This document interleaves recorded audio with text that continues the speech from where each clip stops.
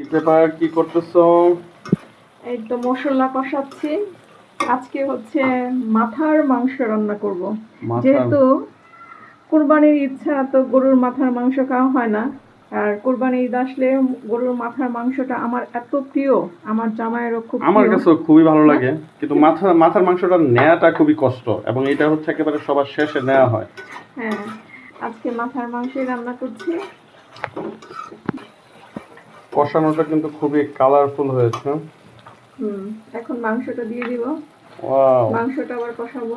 পেট পুড়ে খাওয়া যায় মাথার মাংস, তবে অনেকের কাছে কিন্তু মাথার মাংসটা খেতে ভালো লাগে না, অনেকের নাকি গন্ধ লাগে, গন্ধ কিন্তু আমার লাগে। কাছে আমার ভালো কিন্তু লাগে। এই সেন্টটাই আরো বেশি ভালো লাগে। আমার কিসের জন্য ভালো লাগে জানো? মাথার মাংসটা একটু কচকচা থাকে, তো এই জন্য। কচকচা।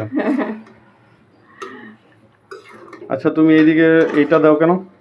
দেখো না, জানালার মধ্যে নিলে যে মশলা চুল যাবে। হ্যাঁ, সেটাই। তারপরে তো যায় অনেক সময় উপরের দিক দিয়ে মুছতে হয় জানালা। আমাদের জানালাটা বাইরে হচ্ছে কাজ করছে, সিমেন্টের ময়লাটা আছে। দেখ, রান্নাটা ইয়ামি হচ্ছে, খেতেও আশা করি ইয়ামি লাগবে, ঠিক না? হুম।